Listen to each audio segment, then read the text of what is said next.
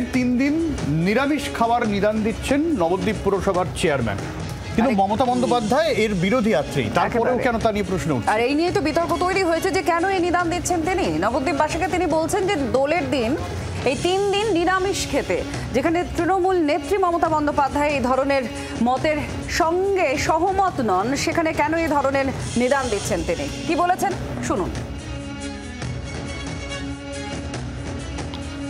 আমাদের হিন্দু ধর্মে বিশেষ বিশেষ পুজো পালনে আমরা নিরামিষ ভক্ষণ করে থাকি। নবদ্বীপবাসীর কাছে আমরা পৌরসভার পক্ষ থেকে আবেদন রেখেছি যে বাইরে থেকে আগত যাত্রীদের স্বস্তির জন্য এবং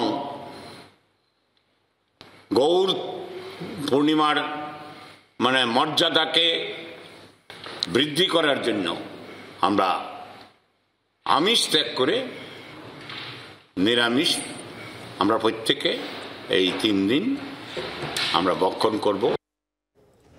অরূপ দাস আমাদের প্রতিনিধির সঙ্গে আছেন। অরূপ, কি প্রতিক্রিয়া এই নিদানের পর? দেখো আত্রি, তোমাকে বলি, এই যে নিদানের পরে যে তিনি দাবি করছেন, তিনি কিন্তু অ্যাকচুয়ালি আবেদন বলেছেন যে এই ধরনের ঘটনা যে নিরামিষ খেতে বলেছেন 3 দিন। তবে এই ব্যাপারে কিন্তু বিজেপির পক্ষ থেকে তার দাবি করা হয়েছে যে যারা এই বাজারে যারা সবজি বিক্রি করে, পাশাপাশি মাছ মাংস বিক্রি করে, পাড়ায় পাড়ায় মাছ বিক্রি করতে যায় সাইকেল করে ক্যারি করে, এবং তাদেরকে, তারা গরিব মানুষ হয় নিয়মিত, এবং তাদেরকে কি কোনো 3 দিনের কোনো রুজি রোজগারের ব্যবস্থা করেছেন? এই প্রশ্ন কিন্তু বিজেপির পক্ষ থেকে দাবি করা হয়েছে। তাহলে এই 3 দিনের জন্য যে এই গরিব মানুষগুলো তারা মাছ বিক্রি করতে পারবে না বা মাংস বিক্রি করতে পারবে না, তাদের যদি রুটি রোজগার করে দেন তাহলে ঠিক আছে, আর যদি রুটি রোজগার না করেন তাহলে কিন্তু তিনি এই বিজেপির পক্ষ থেকে দাবি করা হয়েছে যে এটা ঠিক নয়, কারণ গরিব মানুষ তারা বাজারে ব্যবসা করে, সেই ব্যবসার কারণের জন্যই কিন্তু এই ঘটনা তারা প্রতিবাদ করেছে রাত্রি এবং বিজেপির তরফ থেকেও কিন্তু এটা প্রতিবাদ করা হচ্ছে। আর এইটা নিয়ে কিন্তু এই নিরামিষ খাওয়া নিয়ে বিভিন্ন পার্বণে তা নিয়ে একসময় বিজেপির সঙ্গে মতবিরোধ হয়েছিল ইন্ডিয়া জোটের শরিকের, বিশেষ করে মমতা বন্দ্যোপাধ্যায় এই নিয়ে কিন্তু এর আগেও সরব হয়েছিলেন। কি বলেছিলেন তখন মমতা বন্দ্যোপাধ্যায় এই বিশেষ বিশেষ দিনে নিরামিষ খাওয়া নিয়ে, উৎসবের সময় নিরামিষ খাওয়া নিয়ে? শুনবো। কে কি খাবে তার নিজের অধিকার, ভেজও ভালো নন ভেজও ভালো, যেভাবে খেয়ে অভ্যস্ত। আমার যদি বলেন মাছ খাবে না, আমি থোড়াই শুনবো? মধ্যপ্রদেশ রাজস্থানে তো সব শুনেছি বুলডোজার দিয়ে সব দোকান ভেঙেও দেওয়া হয়েছে। হায় রে বেচারা দোকানদারগুলোর কি কপাল। আর ওখানকার তো অনেক সম্প্রদায়ের মানুষ আছে, বাঙালি তো কম নেই। দণ্ডকারণ্য রায়পুর থেকে শুরু করে, রাজস্থানে জয়পুর থেকে শুরু করে কোথায় নেই? গুজরাটের খাওয়া আলাদা, রাজস্থানী খাওয়া আলাদা, উত্তরপ্রদেশ বিহারের খাওয়া আলাদা, আবার বাংলার সাথে উড়িয়ার খাওয়ার দেখবেন একটা মিল আছে। কে কি পোশাক পরবে তার আপনার নিজস্বতা, ধর্ম, ভাষা, এগুলো মনে রাখবেন, এগুলো যার যার আপনার। আর উৎসব, ভাষা কিন্তু সবার।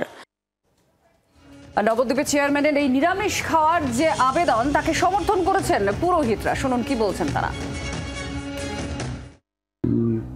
মাননীয় পৌরপতি নবদ্বীপবাসীর কাছে যে আবেদন করেছেন সেটা অত্যন্ত আমাদের গৌড়ীয় বৈষ্ণব সমাজের কাছে এবং মহাপ্রভুর মন্দিরের কাছে ভীষণ ভীষণ আনন্দের, এবং আমরা এটাকে ভীষণভাবে সমর্থন করি।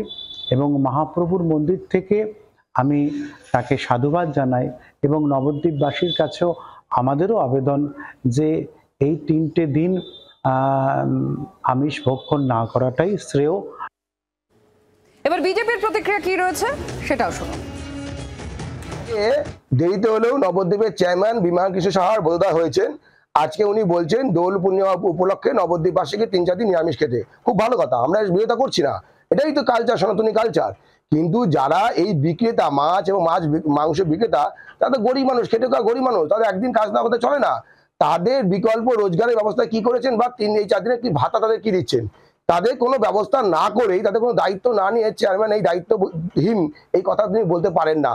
আর এটা আজকে বিজেপি অনেক আগে বলেছেন, বিজেপি আজকে এই কথা বলেছেন অনেক আগে যে আমাদের সনাতনী কালচার অনুযায়ী আমরা এই ধর্মীয় অনুষ্ঠানগুলোতে আমরা নিরামিষ ভক্ষণ করব। সেই সময় এই তৃণমূলের নেত্রী এবং আজকের মুখ্যমন্ত্রী মমতা বন্দ্যোপাধ্যায় তিনি বিরোধিতা করেছিলেন যে কে কি খাবে, কে কি পরবে, সম্পূর্ণ তার ব্যক্তিগত অধিকার। বাংলার আওয়াজ, বাঙালির আবেগ, জি 24 ঘন্টা।